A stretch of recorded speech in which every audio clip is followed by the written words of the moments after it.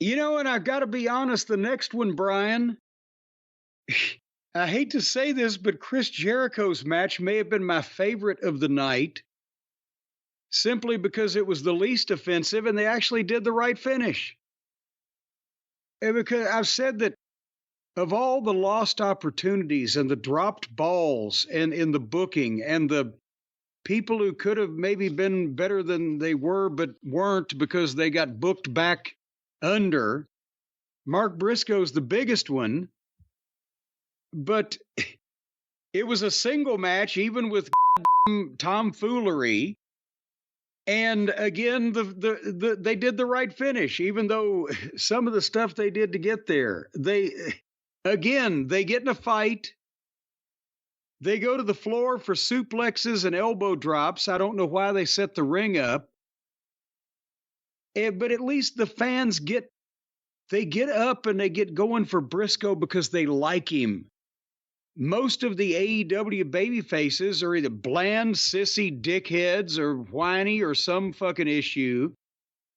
Briscoe's got personality, and he's got the track record and the family connection and the sympathy from the fans. And, they could have done something a year and a half ago. But then again, they've still got there's no reason to gimmick this thing up.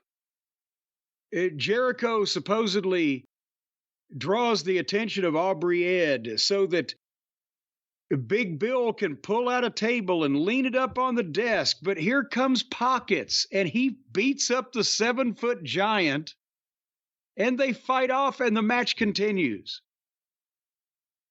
And then Jericho gets some fucking heat, and they're on the floor for another several minutes or so.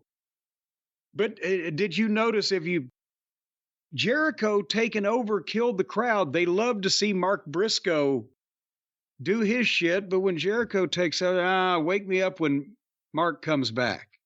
They like seeing Chris Jericho take a beating, is what it was. Well, you can look at it either way, but at least when Mark is doing something, there's more interesting shit going on, right? But anyway, then they gimmick up some more shit. Jericho gets the walls of Jericho, and Briscoe gets a rope break.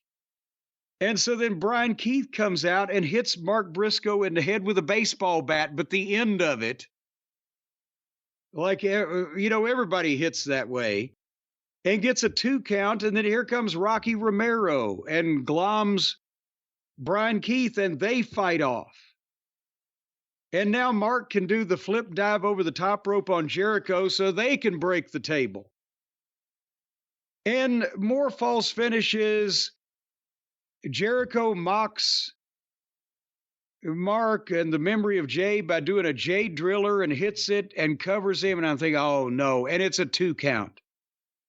And then Mark hulks up. And he fired back and made the comeback and hit the Death Valley Driver and the Froggy Bow and looked to the sky and hit the Jade Driller and 1, 2, 3. If there was 30 seconds of anything that was right about professional wrestling on this program, it was that 30 seconds. Your thoughts? They lost me after Orange Cassidy chased away Big Bill with multiple Superman punches. Happy Mark Briscoe won. I hope they do the right thing and get him the fuck away from Chris Jericho. And also, enough with this conglomeration shit. Just have him on his own as a single. Well, they push him. They put every bland, useless, or somebody that Tony is either ruined with the booking or had no idea for out there so Mark can talk for him. But again, people were into Briscoe, and it was the least ridiculously overdone or choreographed thing they did all night. But we were now 3 hours and 15 minutes into this fucking pay-per-view and 4:45 overall with the pre-show. And we've still got this main event to persevere through.